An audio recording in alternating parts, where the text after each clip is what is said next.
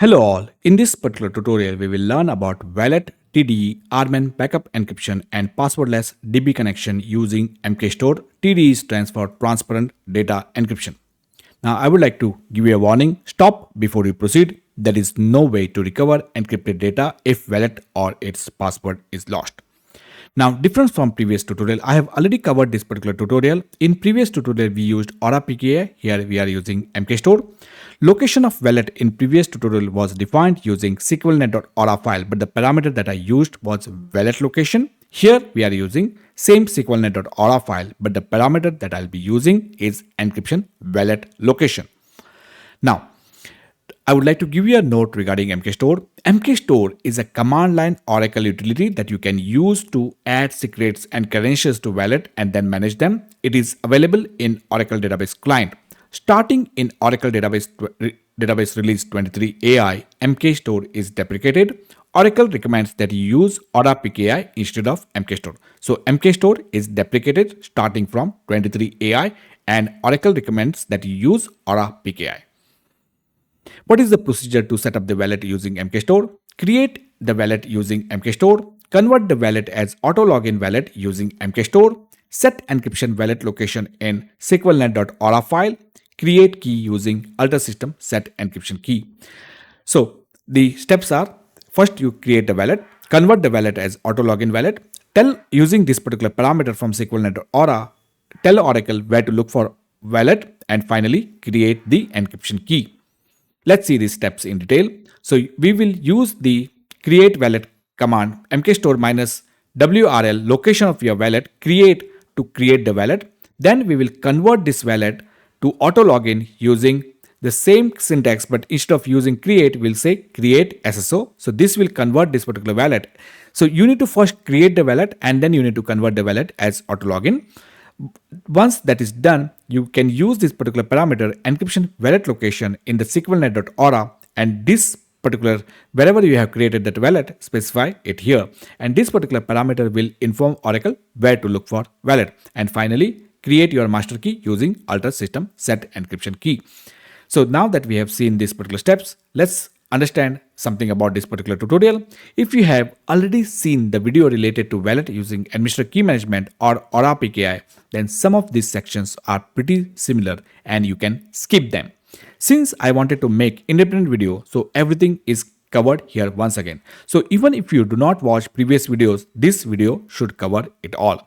So let me repeat. If you have already seen the previous videos, then you can skip some of these sections. But if you are just watching this particular video, then this video will contain everything. You don't have to watch previous videos. Now, once wallet is set up, what you can do? You can create a table with encrypted column. You can encrypt existing column. You can create encrypted tablespace where all the data files will be encrypted. You can convert existing non-encrypted tablespace to encrypted tablespace. You can move a table from unencrypted tablespace to encrypted tablespace. You can enable RMAN backup encryption and you can store database credentials to allow for passwordless connection. So these are the things that you can do, and we are going to see some of these things, if not all. So how to create an encrypted column? So if you, while creating the table, create the table as you normally do and add whichever column you want to encrypt, you can specify this particular clause. In this case, the column C2 will be encrypted.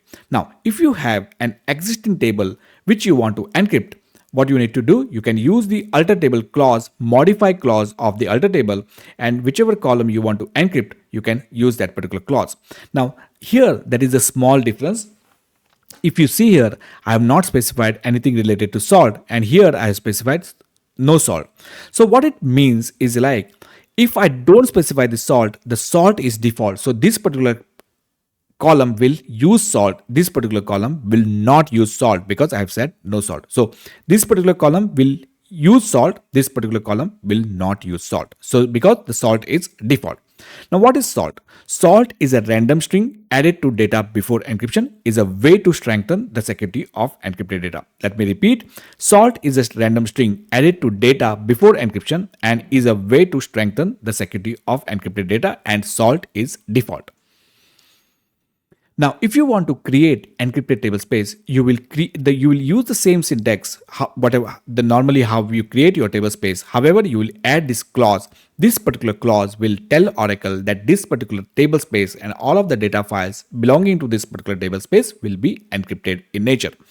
If you have an existing non-encrypted tablespace and you want to convert that, you can use alter tablespace users, and you can use alter tablespace clause, and you can specify the name of the tablespace, and you can use this particular clause to convert that particular tablespace from non-encrypted to encrypted. Now, if you have a table which is in the non-encrypted tablespace and you want to move it to encrypted tablespace, you can use alter table clause, name of the tablespace, move tablespace, the name of tablespace, and you can see we have created this encrypted tablespace. So now this particular table will be encrypted in nature. Now, if you want to take the RMAN backups, encrypted RMAN backups, there are two ways of doing this.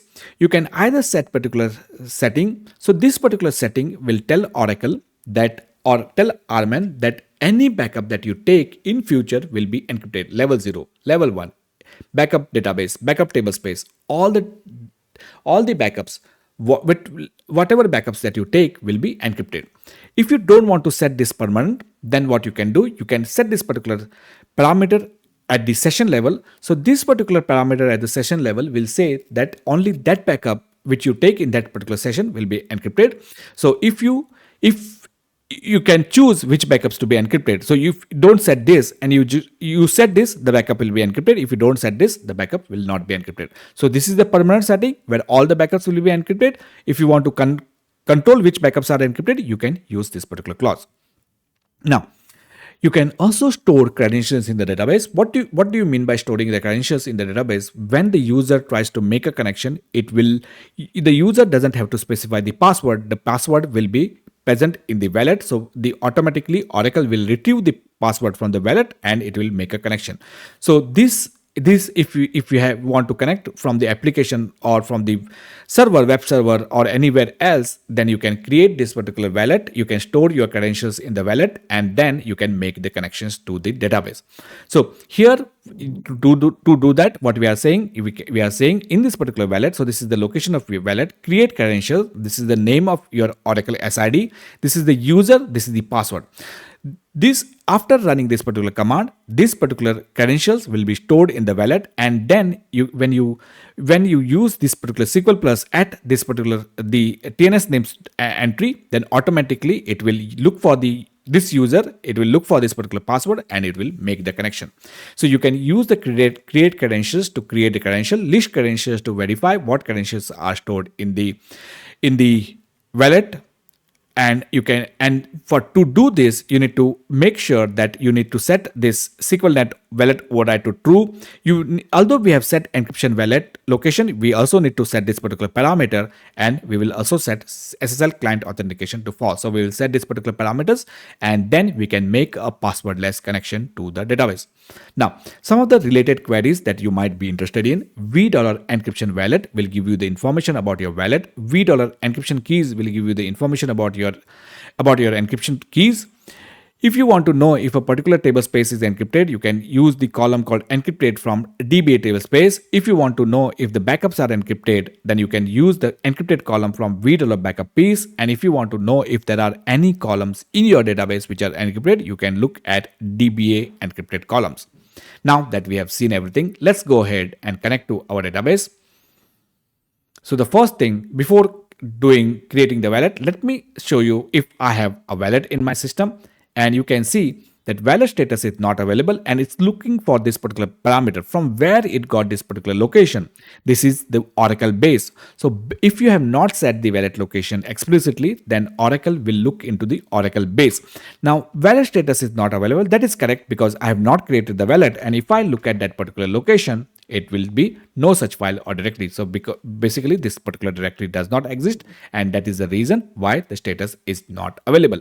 Now let's take a look at encryption keys, and I do not have any encryption keys. Now we will use mkstore. So three things that we will be doing. First, we'll be creating the wallet using mkstore. Then we'll be converting that wallet as auto login. Then we will be telling Oracle using this particular parameter that wallet is stored at this location, and then we'll be creating the master key. So let's run these commands one by one. So first thing, to store the wallet, let me create that particular directory. That's done. Let me go to that particular directory and then do ls minus l, and that particular directory is completely blank. So that particular directory is completely blank. So now what we are going to do, using the mkstore, we are going to create our wallet. So mkstore location of the wallet minus create or dash create. So let's use this particular command. Give the password of your wallet. I'm giving password 123, all small, password 123. So the wallet has been created. Now if I do ls minus l, you can see we got the SSO file and the P12 wallet file. So the wallet has been created. That's good. So what we are going to do now is we are going to convert this wallet to an SSO or auto login wallet using, and this time it's basically converting, so it will not prompt for the password twice, only once, and this is the wallet password that we gave, and this particular wallet is now auto login wallet. Now the Oracle doesn't know where to look for the wallet, so it will still look in the old location. How to tell Oracle to look in the new location, that we have created the wallet in this particular location? How do you do that? To do that, we are going to modify the sqlnet.aura file. So let's go to the Oracle home network admin and edit our sqlnet.aura file. And here I'm going to say encryption wallet location. I'm going to set this particular parameter. Let's save this. And because we have changed the sqlnet.aura file, let me look at that particular file. We have changed this particular file. So what we need to do, we need to disconnect and reconnect. So let me take these two commands. Let me disconnect. Let me close this session and let me reconnect. And now if I run the $encryption wallet, it should now point to home Oracle wallet. And you can see that the status of our wallet is open, no master key. So the wallet is open. Why? Because that wallet that we created was auto login wallet, and that is why that wallet is open. And why there is no master key? Because we have not yet created the master key. Let's look at our encryption keys, and you can see that there are no encryption keys. So the next thing that we are going to do using this particular command, so we are at this final step. So we have done this create, we have converted, we have set the wallet location, and we are at the fourth step. So that's all, guys. It's all that it is. So I'm going to do this, and once I'm done this, then what will it will be encryption key will be there, and instead of open no master key, the wallet status will be open. So let's run this. That's done. Verify the encryption keys. Yes, we got encryption keys, and let's verify the encryption wallet status, and you can see it is open. So we got the wallet as our open. So that is good. So we are now at the stage where we can use this particular wallet to do whatever we intend to do. And what are we intending to do? So we are intending to do these things. Now I'm not going to cover everything, but some of the things I will cover. So let's begin one by one. So first thing that we will learn is how to create the encrypted column. So let's do that. Let's take all of this. I'm going to explain you one by one. So here, before creating any encrypted column, let's verify using the DBA encrypted columns if there is any encrypted columns, and there are none. While creating the table, I'm going to say that this particular column C2 in the table test1 will be encrypted. So I'm going to create this C2 in the test1 which will be encrypted. Let's do that. That's done. And now if I verify the DBA encrypted column, then the C2 from the test1 should be encrypted. And C2 from the test1 is encrypted. Now let me create a table, just a plain table without any encryption. That's done. Test2 is done. Let's verify if there are any more encrypted columns. There should be none, because that's just a normal table. And you can see we still have only one row into that. Now what we are going to do, from the test2 table, this C2 column, we are going to encrypt. And here, when I encrypt, I'm going to say no salt. So what is going to happen? So now there will be two columns which are encrypted. Let's run this. And one of the column has got salt as yes, one of the column has got salt as no. Where I specified no salt, that became the salt as no. Where I did not specify anything, it became salt is yes. And that is what I was saying. By default, it will take it as a salt. So this was how we can either, while creating the table, how we can encrypt. If we have an existing table, how you can encrypt those. This was the tutorial on that particular topic. Now next topic is how to encrypt the tablespace, how to create encrypted tablespace, and how to encrypt existing tablespace. So let's do that. And before doing that, let me verify if there are any table spaces in my system. And you can see that I don't have any table spaces which are encrypted in my system. So there are no table spaces which are encrypted. Using this create table space, I'm going to create this table space which will be encrypted. So I'm going to use this particular clause. Rest all remain the same. And this particular table space will be encrypted. So let's verify that. That's done. And now if I run this particular query once again, then you can see that we have got TS encrypted. So the table space that we created is encrypted in nature. Now what I'm going to do, I'm going to create a table called test in that particular encrypted table space, this encrypted table space. I'm going to add one record, commit and select. And why am I doing this? I'm going to show you at a later point in time. But for now, we'll just create the table, insert the record, commit and select. And that's done. We got one record in the test table space. Now, the next part is, let's say if you have a requirement to encrypt an existing table space. So there is an user's table space which is not encrypted, and somehow there is a business requirement or application requirement that this particular table space should be also encrypted. What you do, you use the alter table space clause and the encryption clause.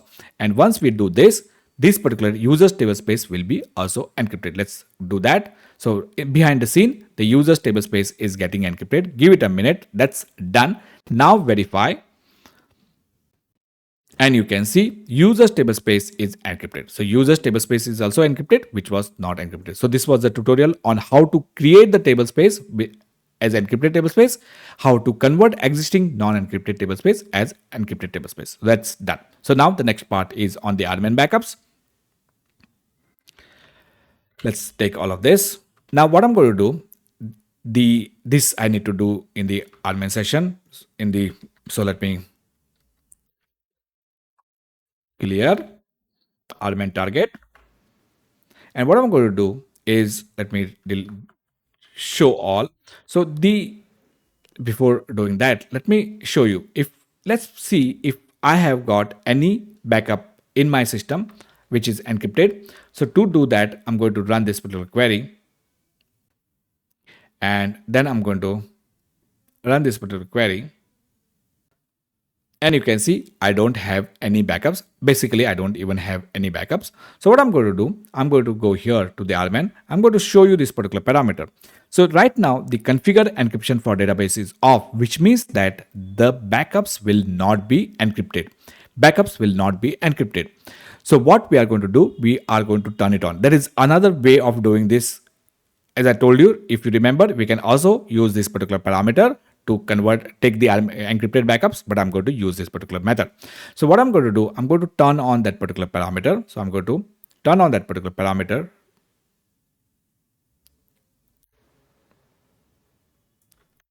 On. So that's done. Let me verify it once again. And you can see now we got configure encryption for database on. What this particular parameter means, that any backup that I take or we take now will be encrypted. The full backup, level 0 backup, level 1 backup, encrypted backup, the tablespace level backup, whatever backups that you take, those backups will be encrypted in nature. So now what we are going to do, we are going to take the backup just to prove that backup are really encrypted. So before doing that, let me do this.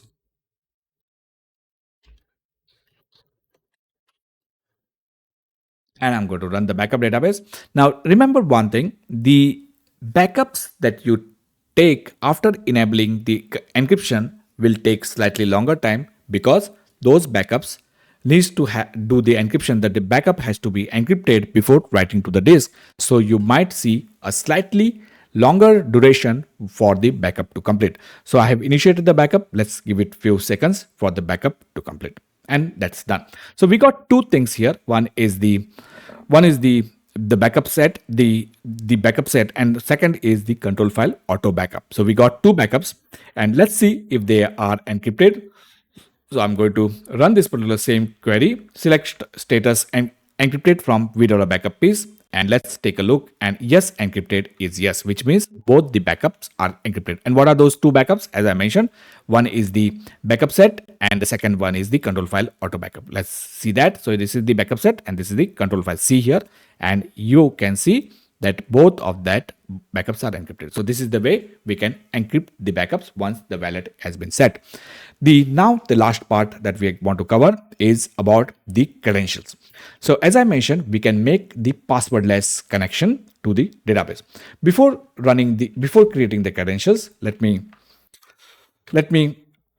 show you if there are any credentials which are stored in the wallet using list credential. So list credential will show you, and you need to enter the wallet password here.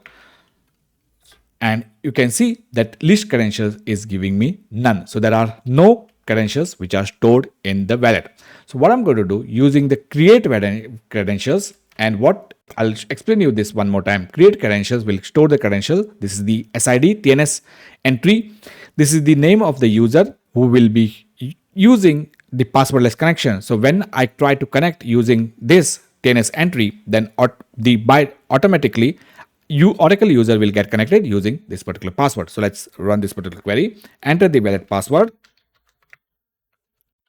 If you want to verify, you can use the list credentials. And you can see now we got the Aura 19D Oracle, we got the credential stored. Now, just to verify this, that it is working fine. Before doing that, let's modify this network admin. We need to modify the SQL.net.aura. We need to add the wallet location and these three things. So let me do that. So wallet location, SQLnet wallet override, and client authentication is false. Let me save this.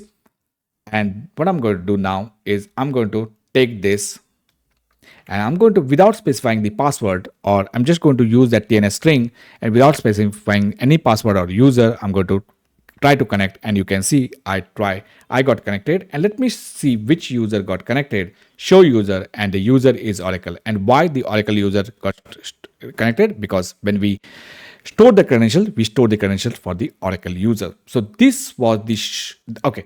Now the final part. Anyway, that's fine. Actually, I thought I will cover what happens if the wallet is lost. Actually, let's do that. So what I'm going to do now is I'm going to go back to the wallet. So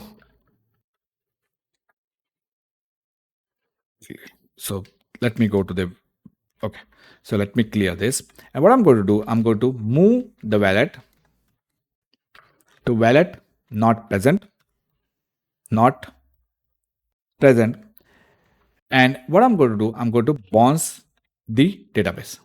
Anyway, that's fine. That is uppercase. I just wanted to rename it. That's fine. So let me bounce the database. And you can see we got this particular error, wallet not present. Now this error is because you have set the SQLnet Aura. So if you want to fix this particular problem, because the wallet has been lost, it is trying to connect using that particular credentials. So what we will do, we will go back to the SQLnet.aura and we will modify these two things.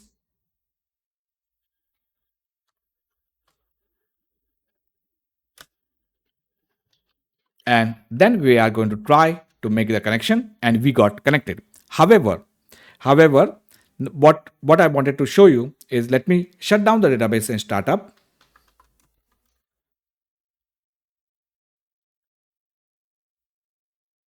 Give it a minute. So the database is starting. However, the wallet is not present because I have renamed that particular wallet. You can see the wallet is not present. And when we try to make a connection, it clearly gave us TNS wallet open failed because the wallet is not present. Now let's go back to the database here and let's try to select from this test table. Remember, I created this particular table and I told you that we will see this at a later point in time. So let's look at this particular table. And here we got this particular warning. Let's see, let's capture this particular warning. What is the warning? And here you can see when I'm trying to select from that test table, this particular test table is in this particular table space, which is encrypted. And that is the reason when the wallet is not open, the database comes up, but we are not able to access that particular table. So if the wallet is not present, then we will not be able to access the data from the encrypted tablespaces or encrypted tables. So to fix this particular error, what I'm going to do, I'm going to just go back and rename that particular wallet back to what it was. Wallet not present to wallet. That's done. And now if I go back and if I try to select from the test, I should be good and I am getting the data. So this was the short tutorial on how to set up the wallet, how to set up the TDE, RMAN backup encryption and passwordless DB connection using mkstore. Now, I would like to request you, if you do like the videos that I'm uploading, if you do like the content that I'm uploading to my channel, do subscribe to my channel, hit the like button. Thanks for watching and see you in next tutorial. Till then, bye bye.